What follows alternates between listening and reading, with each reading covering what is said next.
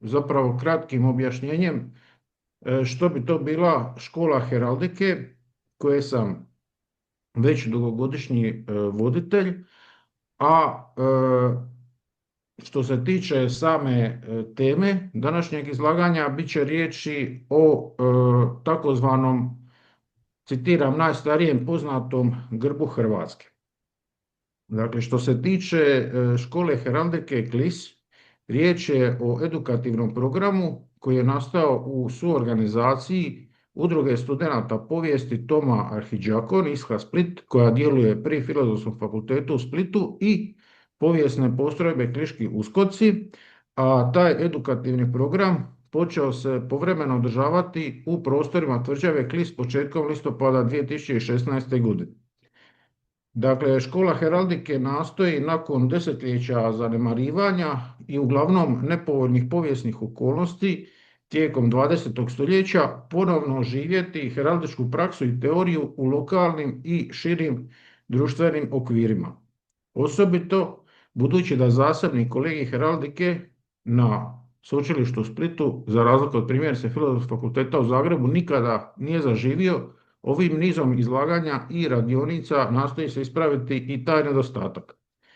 U okviru ovog edukativnog programa kroz 5 dosadašnjih ciklusa izlaganja radionica od 2016. godine do sada bilo je održano ukupno oko 20 predavanja, radionica i podcasta, a tako su srodna heraldička izlaganja, predstavljanja i radionice bili održavani osim u Klisu, odnosno prostoru tvrđave Klis, i u susjednim gradovima i općinama, primjerice Splitu, Solinu, Kaštelima, Segetu, a nedavno i u Sinju.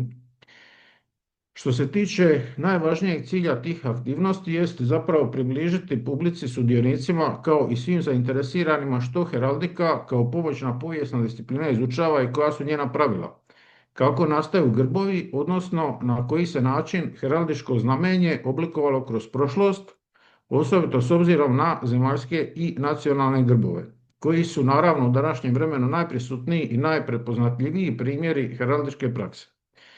Kao voditelj programa, a ujedno i koautor sveučilišnog udžbenika iz heraldike, dakle Hrvatski grbovi, geneza, simbolika, povijest, koji se primjerice danas koristi kao obvezna literatura na kolegiju Hrvatski nacionalni simboli i heraldička baština Filozofskog fakulteta Sveučilišta u Zagrebu, usporedno s navedenim aktivnostima, navedenu tematiku kontinuirano predstavljam široj publici u nizu kolumni web portala, primjerice Clipeus Croatorum, koji se dakle objavljuje na dalmatinskom portalu 2018. godine, zatim Kaštelanske povijesne crtice na portalu kaštela.com od 2019. godine, Heraldika Dalmatika na web blogu Dalmatinski list od 2022. godine i Splitski grbovnik na web portalu Portal Splita od 2024. godine.